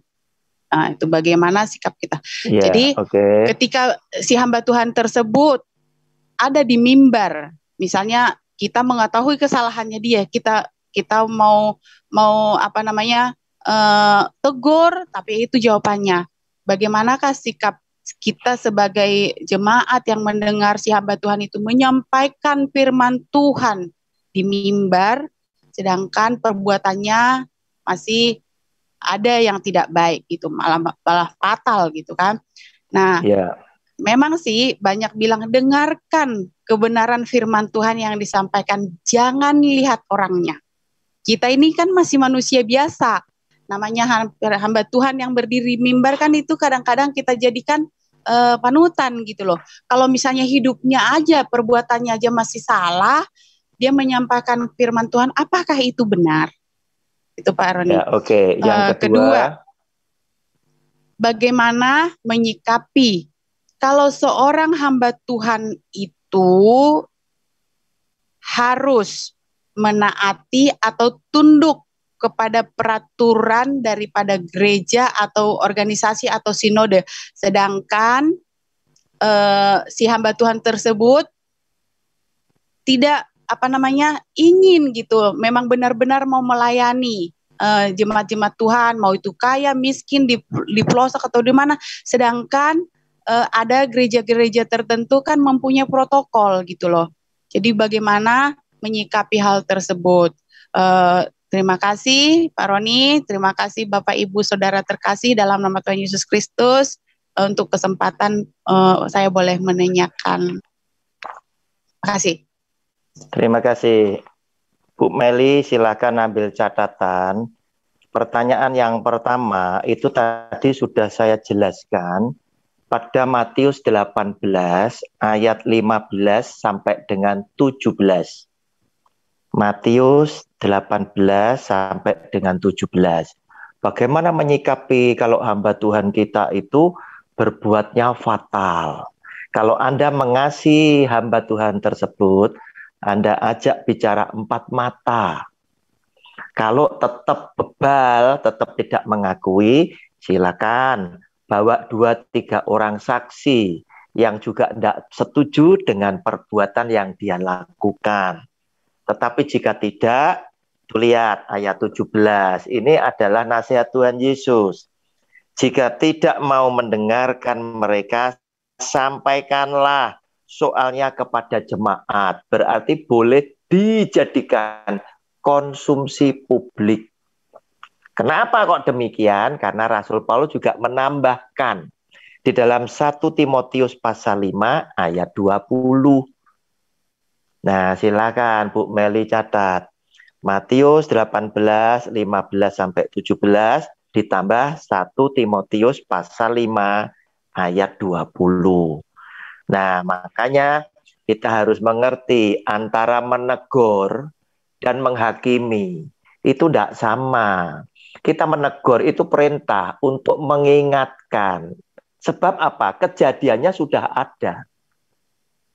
Putusan pengadilan sudah ada. Vonisnya sudah ada. Media sosial memberitakan. Hamba Tuhan ini, karena perbuatannya ini, maka dihukum sekian. Sudah ada. Kalau menghakimi, kamu tidak tahu persoalan itu terjadi atau tidak, Anda mendakwa. Itu Anda menghakimi. Begitu loh. Nah, kemudian yang kedua tadi, Meli, apa tadi yang kedua, bagaimana kita menyikapi ketika kalau seorang Tuhan harus mentaati atau tunduk dengan aturan yang berlaku di gereja. Oke, Meli, terima kasih. Bagaimana seandainya memang gereja punya banyak aturan, ya. Organisasi ketika Anda masuk di sana, Anda mesti tunduk dengan aturan di sana.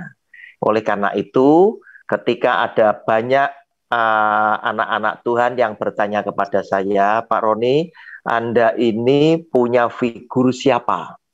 Salah satunya yang ditanyakan oleh Pak Daniel Hutagalung, ya. Oh, saya punya figur siapa? Pendeta panutan saya. Saya bilang, saya tidak punya panutan siapa-siapa. Saya punya panutan hanya Yesus Kristus Tuhan saya dan firman-Nya. Sebab apa? Saya anti terhadap doktrin gereja. Sebab banyak doktrin gereja plus aturan-aturan itu seringkali tidak tunduk kepada kitab suci. Salah satu terkadang ada gembala yang bilang, oh, saya tidak suka jemaat saya ikut di persekutuan sana. Alasannya rohani sekali. Khawatir kalau pengajarannya nanti tidak sama dengan pengajaran di sini. Sama seperti mamah atau papa yang takut anaknya jajan di sana, nanti kena sakit. Nah, alasannya rohani sekali. Ya. Nah, padahal kalau kita mendewasarkan kita punya anak akan bisa tahu mana yang baik saya lakukan dan mana yang buruk saya akan tinggalkan. Oleh karena itu, apa sikap kita? Sikap kita adalah memilih. Kalau Anda ada di sana, berarti Anda harus tunduk dengan aturan. Tetapi Anda bisa menyaring mana yang Anda harus ikuti, mana yang Anda tidak. Tetapi jika Anda takut tidak bisa menyaring, lebih baik Anda cari gereja yang sekiranya sesuai dengan kitab suci. Nah, tetapi saya katakan sedikit sekali yang nanti akan memuaskan Ibu Meli. Anda pindah-pindah, nanti di sini ada kelemahannya di sini ada kelemahan di sini, dan lain sebagainya. Yang paling utama adalah kita dewasa di dalam iman, kita bisa menyaring, ya, firman Tuhan yang harus kita jalankan dan yang harus tidak kita lakukan. Sehingga di mana saja Anda berada, Anda tetap menjadi orang benar milik Tuhan. Demikian Bu Meli. Tadi maaf Pak, menyambung pertanyaan yang pertama tadi. Bagaimana sikap kita apabila seorang hamba Tuhan itu yang benar-benar kita jelas tahu dia melakukan kesalahan, tapi seperti yang udah saya sampaikan tadi, dia beralasan hanya udah cukup meminta maaf dengan Tuhan Yesus gitu kan, berdoa mohon ampun. Nah, ketika dia ada di mimbar, otomatis kan saya misalnya saya sebagai jemaat yang mendengar bahwa beliau itu menyampaikan firman Tuhan, sedangkan saya tahu boroknya beliau. Bagaimanakah sikap saya sebagai jemaat yang mendengar dan sedangkan banyak yang kita tahu cukup mendengarkan firman Tuhannya karena firman Tuhannya adalah kebenaran. Jangan lihat orangnya.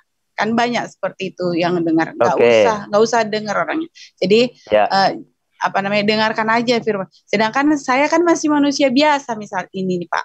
Jadi otomatis dong terbersit di hati. Kamu aja hidupmu nggak benar, kelakuanmu A, B, C, D dan seterusnya. Bagaimana firman Tuhan yang keluar dari mulutmu bisa jadi pegangan bagi saya sebagai jemaat yang mendengar. Pak, makasih. Oke, Bu Meli. Apa yang dikatakan itu tadi sesungguhnya itu adalah kata-kata Tuhan Yesus tentang orang Farisi, tentang orang Farisi yang pandai menyampaikan firman Tuhan tapi bukan pelaku. Ya, itu kata-kata Tuhan Yesus. Nah, namun karena kita masih manusia, kadang kita menghadapi kesulitan, ya. Gimana mungkin Tuhan, aku harus mendengarkan khotbah yang disampaikan dengan seseorang yang aku tahu, ya, hidup mereka itu tidak sesuai dengan yang dikhotbahkan. Nah, pertanyaan saya, jika Anda sudah melihat pertobatan hamba Tuhan itu, berarti bolehlah, ya. Tetapi jika ternyata hamba Tuhan ini hanya cuma ngomong saja, yang penting kan saya sudah minta ampun, ya, kepada Tuhan sudah selesai, padahal di dalam kehidupan sehari-hari dia tetap melakukan apa yang tercela.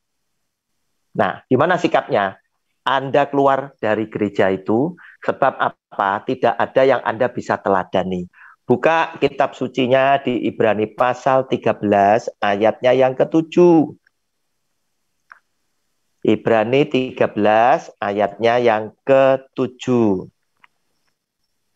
Saudara, firman Tuhan ini ya berkata, ingatlah akan pemimpin-pemimpin kamu, termasuk gembala sidang tentunya, yang telah menyampaikan firman Allah kepadamu. Kita disuruh ingat, disuruh hormat, suruh respek. Perhatikanlah akhir hidup mereka dan contohlah iman mereka. Yang perlu kita hormati, yang kita perlu respek adalah mereka yang jalannya lurus. Kenapa? Karena ini perintah. Kita harus mengikuti teladan hidupnya, nyontoh iman mereka. Oleh karena itu terkadang saya kecewa dari orang yang memberikan sambutan di tengah-tengah pemakaman seseorang yang jelas tahu akhir hidupnya adalah sesuatu yang tidak benar. Itu masih disanjung. Kontradiktif sekali. Kalau memang Anda sanjung, contoh kelakuannya dia. Semua Anda contoh kalau Anda berani. Kan begitu. Nah, mestinya di dalam sambutan tidak usah berbunga-bunga. Anda cukup bilang yang sederhana, yang standar saja, yang normatif saja. Tidak usah memuji, oh dia ini adalah orang yang demikian. Loh, demikian apa? Di akhir hidupnya nikah lagi kok. Nah, hal seperti itu. Ribut dengan ini dan lain sebagainya, Anda sanjung, salah. Kan begitu. Anda bicara yang sederhana saja. Beliau telah dipakai oleh Tuhan dan lain sebagainya. Semoga apa yang sudah dijalani berkenan di hati Tuhan dan tentunya manusia tidak terlepas dari kesalahan. Semoga dosa-dosanya juga diampuni Tuhan. Tidak usah bilang saya bangga dengan Anda, usah. Nanti kalau bangga disuruh nyontoh hidupnya juga tidak berani. Mungkin istri kamu keberatan. Demikian Bu Meli, terima kasih. Terima kasih, Tuhan Yesus memberkati kita semua. Terima kasih, Tuhan Yesus memberkati. Silakan, ada yang lain Bu Jacqueline? Ya, ada lagi? Nenek, Pak. Oh, Nenek, silakan. Silakan. Handphonemu terlalu dekat, Jin. Kelihatannya feedback gitu tadi. Silakan, Nenek. Selamat malam, Pak Roni. Malam, Nenek, malam. Saya mau tanya. Iya. Cerita dulu. Ada satu kebangunan rohani yang mengadakan Tuhan. Nah, jelas-jelas bahwa ini semua yang datang ini orang kaya-kaya, Pak. Iya. Jadi yang bapak-bapak pendeta ini orang kaya-kaya. Nah, terus waktu dia mau menyembuhkan orang sakit, Iya. itu banyak orang sakit yang diundang memang untuk datang di Iya. situ Iya. di Kediri, Pak. Iya. Lalu dia bilang bahwa hanya ada padaku nama Yesus.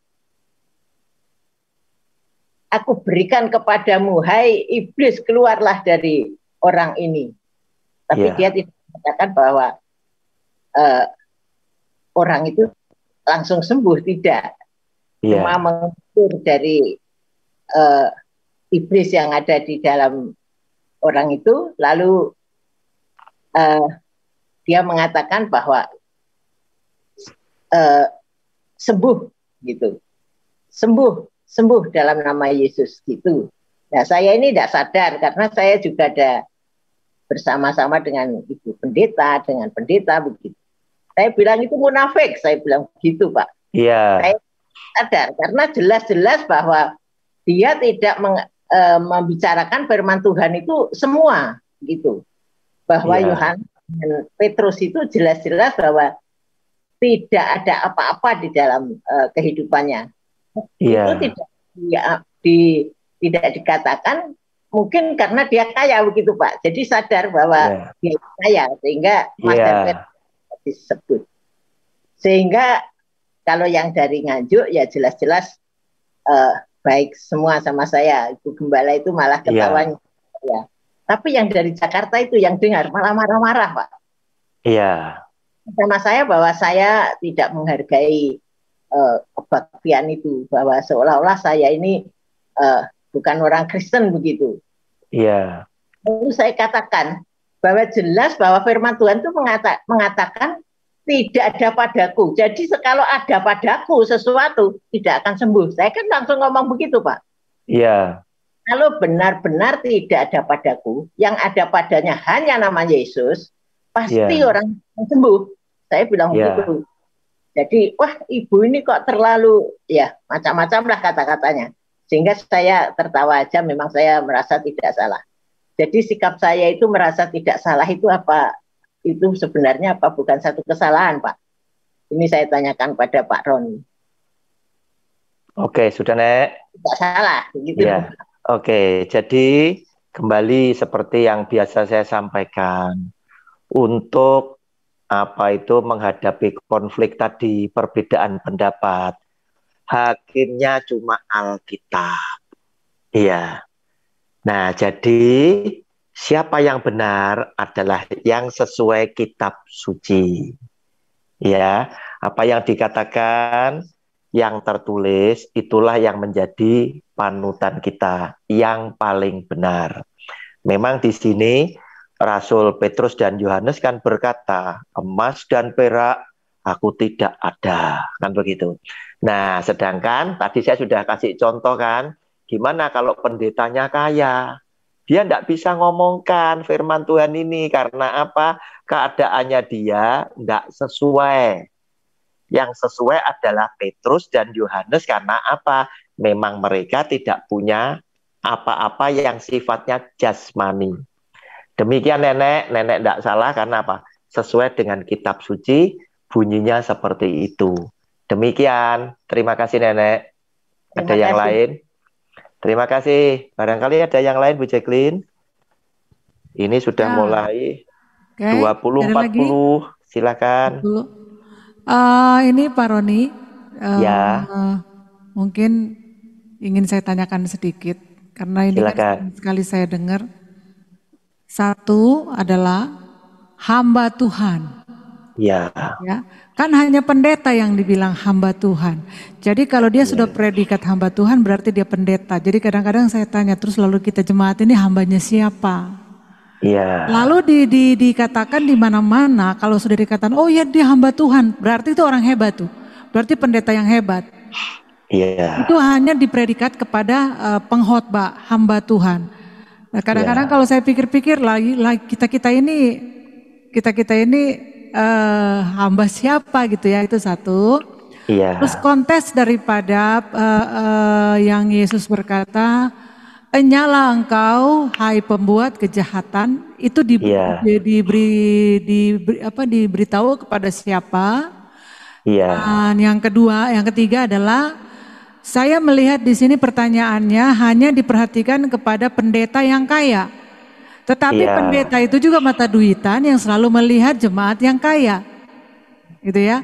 Jadi ada banyak pendeta-pendeta ya sebagai pemimpin atau gembala sidang, mereka akan menghormati seorang yang kaya raya yang dapat memberikan uang kepada gereja mereka daripada jemaat-jemaat yang biasa. Jadi kadangkala jemaat-jemaat biasa ini bertumbuh sendiri. Mereka itu bertumbuh sendiri gitu loh Pak Roni. Betul. Jadi bukan karena tanpa bimbingan. Iya, tanpa bimbingan. Karena mereka itu dicuek kalau di gereja. Mereka datang dengan segenap hati untuk disapa, tidak disambut. Bahkan mereka duduk di belakang bergerombol dengan setara dengan mereka. Nah, jadi saya yakin percaya bahwa orang-orang seperti inilah yang sebenarnya layak ada di dalam gereja itu. Gitu kan ya? Karena saya termasuk juga ada beberapa teman-teman hamba-hamba Tuhan yang hebat-hebat, yang saya melihat gayanya mereka yang membuat saya sangat tidak cocok. Karena itu kadang-kadang saya melihat orang-orang yang di bawah yang datang kesian di jauh-jauh ya, pakai sandal, terus itu jalan kaki berkilo-kilo datang di sana. Terus saya kadang-kadang kalau saya lihat saya bilang kesian nih orang-orang ini ya. Mereka itu datang di sini dengan segenap hati, tapi apa yang mereka dapatkan dan mereka juga bawa pulang apa. Tetapi saya melihat satu sukacita yang mereka alami adalah mereka boleh menerima situasi ini dengan apa adanya. Tetapi kalau yang dibilang pendeta-pendeta, ya saya juga seorang pendeta, tetapi saya tidak berada di posisi itu karena saya belum melihat, saya menyamaratakan. Saya menyamaratakan karena begini, saya selalu berada di tengah-tengah. Siapa dia, siapa ini, tidak ada yang dia tinggi, tidak ada yang dia rendah. Saya ada di tengah-tengah untuk membela siapa yang benar. Dan saya tidak mau tahu apakah dia kaya, apakah dia miskin. Dan saya selalu berdiri di situ, saya tidak pernah melihat orang yang dia berduit. Kalau memang dia salah, dan ini saya bisa berperang dengan orang yang berduit. Dan saya bisa bela mati-matian kepada mereka yang dikatakan kelas menengah bawah. Dan ya inilah 3 pertanyaan ya Pak Roni. Boleh tolong jawab dengan secepatnya karena bentar lagi jam 9. Silakan Pak Roni ya. Terima kasih Bu Jacqueline ya. Istilah hamba Tuhan memang secara umum dipakai oleh mereka yang punya predikat sebagai pendeta. Tetapi saya ini lebih suka tidak menyebut diri sebagai hamba. Termasuk jemaat ya. Ya, termasuk jemaat. Kenapa? Karena ketika Kristus datang, dia memberikan ruang, dia memberikan pengakuan yang lebih daripada seorang hamba.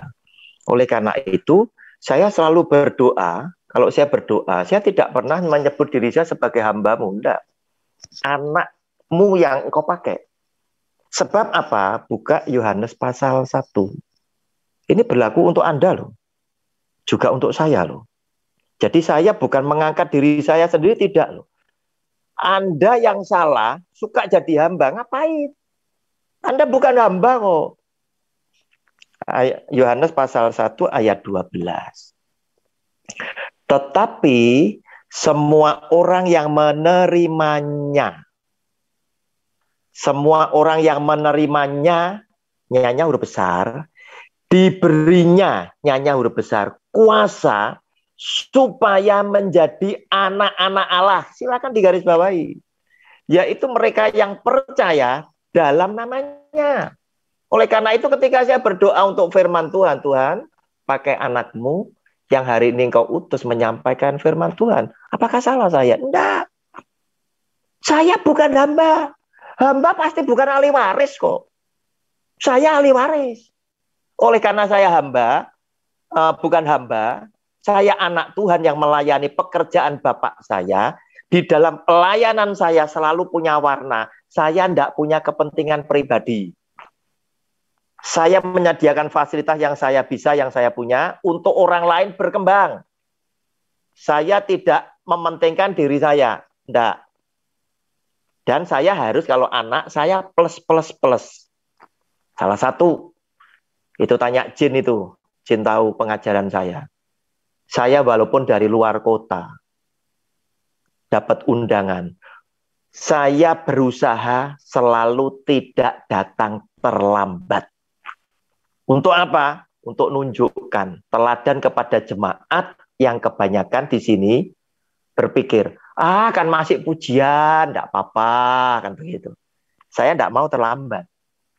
Kemudian kalau saya ditanya, Pak Roni gimana itu pendeta-pendeta besar terkadang datang itu justru mereka terlambat. Pujian firman hamba Tuhan yang diundang baru datang. Saya dengan santai saya bilang, ya begitulah yang namanya hamba. Ada yang baik, ada yang nakal. Mereka kan bekerja kepada bapak saya dengan menerima PK kan. Kalau saya kan tidak terima PK, saya kalau perlu saya minta, kan begitu. Uang itu pekerjaan bapak saya, ngapain saya harus minta? Harus minta, saya dibayarin, enggak usah. Tetapi karena dia itu kerja untuk bapak saya, wajarlah dia terima PK setiap kali dia bekerja. Karena apa? Tertulis. Semua orang yang bekerja harus mendapat upahnya, ditulis. Ya. Dan hamba tidak semuanya baik. Saya katakan seperti itu. Tetapi jika Anda menempatkan diri sebagai predikat anak, Anda harus baik. Anda harus benar. Sebab apa? Engkau ahli warisnya. Itu yang pertama. Kedua, kepada siapa Yesus Tuhan berkata, enyahlah engkau. Kita lihat Matius 7 ayat 21. Ini jelas kepada orang satu. Yang pertama, yang dibaptis selam pada waktu itu. Karena apa? Metode baptisannya cuma selam. Kedua, bisa saja mereka ini adalah pendeta, pemberita firman Tuhan. Lihat, saya bacakan komplit sampai 23. Matius 7, 21 sampai 23. Bukan setiap orang yang berseru kepadaku, Tuhan, Tuhan, akan masuk ke dalam kerajaan surga. Melainkan dia yang melakukan kehendak Bapakku yang di surga. Pada hari terakhir banyak orang yang akan berseru kepadaku, Tuhan, Tuhan, bukankah kami bernubuat demi namamu dan mengusir setan demi namamu dan mengadakan banyak mujizat demi namamu juga. Pada waktu itulah aku akan berterus terang kepada mereka dan berkata, aku tidak pernah mengenal kamu, enyahlah daripadaku, kamu sekalian pembuat kejahatan. Saudara, kalau kita lihat apa yang dilakukan oleh yang diusir tadi, itu mengacu, mengarah ya kepada jabatan seorang hamba Tuhan, pendeta dan lain sebagainya, sehingga dia bernubuat, dia mengusir setan dan lain sebagainya. Karena apa? Oleh Tuhan Yesus diusir karena macam-macam, bisa saja motivasi hatinya salah. Dia kelihatan memang rajin melayani Tuhan, tetapi apa? Dia rajinnya bukan untuk memuliakan Tuhan. Seringkali hamba Tuhan memfokuskan dirinya sampai jemaatnya berkata, saya tidak mau pindah dari gembala ini tadi, yang seperti dikatakan Bu Roli ini tadi. Kenapa? Karena hamba Tuhan ini berhasil mencitrakan dirinya. Bahkan ada pendeta yang berkata, dia dikirim oleh Tuhan ke neraka bukan karena dosanya dia. Dalam khotbahnya di YouTube loh, ada.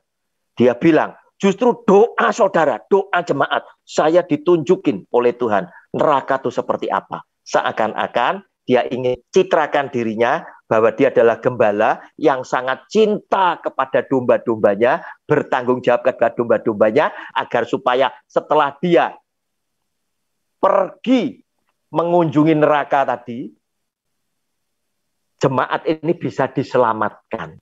Saudara, kalau kita ngelihat konteksnya, Bapak Abraham itu memangku Lazarus, sedangkan orang kaya itu ada di neraka. Ya, orang kaya itu kan berkata, Tuhan, Bapak Abraham, utus orang dari sana untuk memberitahu, aku masih punya saudara supaya mereka nanti tidak sengsara seperti yang aku alami. Apa yang dikatakan Bapak Abraham? Jika seseorang tidak percaya kepada kitab para nabi, kitab Musa, percuma. Walaupun Tuhan kirim orang yang mati dari kubur itu bangkit untuk memberitahukan. Berarti kita ambil kesimpulan apa? Sesungguhnya orang dibawa ke surga, dibawa neraka, Tuhan tidak punya kepentingan. Bagi Tuhan tidak ada esensinya. Sebab sudah dijawab dalam kitab suci. Abraham memangku Lazarus tadi bilang, jika engkau tidak percaya dengan kitab para nabi, kitab hukum Taurat, maka percuma. Walaupun seorang yang mati dibangkitkan, itu datang kepada kamu, percuma. Artinya apa? Tidak ada kepentingan Tuhan untuk bawa seseorang, lihat neraka, lihat surga, dan lain sebagainya. Dan lemahnya apa? Apa yang kau alami tidak ada saksinya. Nah, saudara, kemudian yang ketiga tadi, Bu Jacqueline nanya, banyak jemaat-jemaat yang miskin itu bergelombol sendiri di gereja. Gereja ini selalu beraneka ragam, ya, jemaatnya dari status sosial, dari umur, dari kekayaan dan lain sebagainya, itu macam-macam, ya. Namun yang memprihatinkan, kenapa sih, ya, mereka tidak bisa berbaur jadi satu sebagai satu kesatuan tubuh Kristus, menjadi keluarga Kristus bersama-sama, selalu berkelompok. Yang kaya aja bisa terpecah jadi macam-macam. Oh, ini yang satu aliran, ini enggak aliran sama, wah, jadi sendiri, ya, bersaing sendiri-sendiri, ya. Terus kemudian yang ekonominya kelas bawah itu biasanya hidup bergerombol dengan yang setara, dan kelihatan sekali mereka tidak berani duduk di bangku paling depan. Mereka bergerombol di pojok, di sudut paling belakang, dan lain sebagainya, bersama sesamanya yang setara. Nah, saudara, sehingga dengan demikian kita menyaksikan sebetulnya, ya, hamba-hamba Tuhan, lihat aja, ya, apa yang mereka lakukan sudah nyimpang dari prinsip Kristus, begitu loh. Kristus bergaul dari bawah sampai ke atas, ya. Yang bawah disapa dengan dia berkeliling jalan. Tetapi bukan berarti dia tidak mau bergaul dengan yang the have, ya, yang kaya. Buktinya apa? Dia juga disuruh mampir. Mereka ngadakan perjamuan makan. Sampai dengan orang ahli Taurat dan orang Farisi protes. Kenapa gurumu makan dengan orang berdosa? Dan dia memberikan jawab, aku datang bukan untuk orang benar, tetapi untuk orang berdosa. Berarti apa? Orang berdosa sangat dikasih oleh Tuhan. Yang butuh tabib bukan orang sehat, tetapi orang sakit. Ini orang-orang sakit, kan begitu. Nah, saudara, sekarang mulai, ya, hamba Tuhan zaman sekarang jangan banyak yang salah, jangan dicontoh, ya. Apalagi kita sama-sama melayani, ya. Justru kita harus memperhatikan, mengajak jemaat-jemaat yang kaya, yang kuat, memperhatikan jemaat yang lemah, ya, untuk menolong mereka, melindungi mereka, memfasilitasi mereka. Kenapa? Karena yang lemah sesungguhnya menjadi ladang pelayanan buat yang kuat, untuk supaya berkat itu turun dari atas ke bawah. Ya, yang kaya itu bisa memberkati yang lemah. Misalkan tanya, Bu, Ibu punya kesulitan apa? Anaknya Ibu berapa? Boleh sebagian dari anak Ibu menjadi anak angkat saya, anak asuh saya yang saya sekolahkan. Itu berkat dari atas turun ke bawah. Itu tadi. Nah, sehingga kalau itu bisa terjadi, maka gereja ini akan menjadi gereja yang sangat kuat. Sebab apa? Antara yang miskin dan yang kaya itu sudah tidak ada jurang pemisah.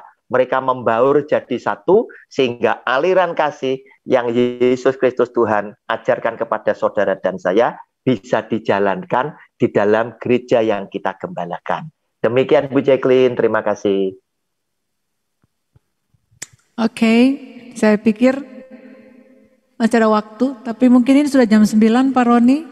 Ya, silakan kalau mau ditambahkan sedikit juga boleh. Oke. Ya. Mungkin ada yang mau ingin bertanya, kasih kesempatan satu lagi. Oke, yang terakhir silakan. Yang terakhir. Makanya tidak salah tadi Bu Jacqueline katakan bahwa orang-orang miskin yang dicuekin oleh gembalanya, imannya bertumbuh, bukan bimbingan gembala loh. Karena ketekunan mereka, ya, mendengarkan khotbah, kemudian membaca Alkitab sendiri, iman mereka bertumbuh. Ya, nah oleh karena itu celaka gembala yang seperti ini. Mereka itu hanya ngurusi orang yang kaya, ya, tetapi melalaikan tugasnya, yaitu membimbing mereka tertuju kepada Kristus dan keselamatannya. Iya. Terima kasih Tuhan, terima kasih untuk hikmat yang luar biasa bagi setiap kami yang mau mendengar akan kebenaran firman Tuhan yang sesungguhnya. Jelas dikatakan tadi, Tuhan sendiri yang memberi contoh, Tuhan sendiri yang memberi perintah bagi setiap kami. Terima kasih Tuhan. Inilah kami, anak-anak-Mu, ahli waris-Mu, yang memang harus semakin tahu mengenai firman Tuhan yang sudah Kau rancangkan bagi setiap kami. Terima kasih Tuhan. Sungguh sangat diberkati dengan hikmat Tuhan pada malam hari ini atas firman Tuhan yang boleh disampaikan oleh Bapak Pendeta Roni bagi setiap kami. Tuhan, kami mau berdoa, terus Kau tambah-tambahkan hikmat-Mu bagi dia Tuhan, agar setiap yang dia sampaikan kepada setiap orang yang mendengarkan hanya punya roh untuk menurut kepada firman Tuhan. Di dalam nama Tuhan Yesus, berkati keluarganya, berkati apapun yang dia lakukan untuk Engkau Tuhan. Kami percaya Tuhan, semua yang terbaik yang Kau siapkan bagi dia Bapa. Demikian juga bagi setiap kami yang benar-benar mau hidup seturut dengan firman Tuhan. Terima kasih Tuhan. Kami bangga bahwa setiap kami kaya atas rohani, itu lebih dari segalanya Bapa. Dan itu berbicara tentang kehidupan kekal bagi setiap kami. Bapa, biarlah untuk seri selanjutnya di Jumat depan, kami tahu Tuhan, Engkau sudah rencanakan buat kami. Dan biarlah Tuhan terus mendatangkan berkat-berkat rohani bagi setiap kami yang boleh hadir. Berkati juga Tuhan, daripada Sis Jack Tuhan, hamba-Mu, yang sudah boleh Tuhan Ku pakai untuk melayani dalam pujian penyembahan pada malam hari ini. Dan siapapun kami Tuhan yang hadir, kami menerima sungguh sangat luar biasa, suatu berkat yang tidak pernah kami pikirkan, tapi inilah yang kami terima pada malam hari ini. Biarlah Tuhan, kami percaya kesehatan kami, terus kekuatan kami, penghiburan daripada-Mu ada bagi setiap kami. Terima kasih untuk malam hari yang indah ini Bapa. Di dalam nama Tuhan Yesus, ini ucapan syukur kami, ini serah kami kepada Engkau. Demi nama Yesus, kami sudah berdoa dan mengucap syukur. Haleluya.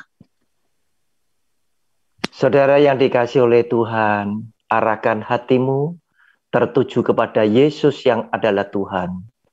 Angkat sekarang kedua tanganmu dan terimalah berkat-berkat-Nya.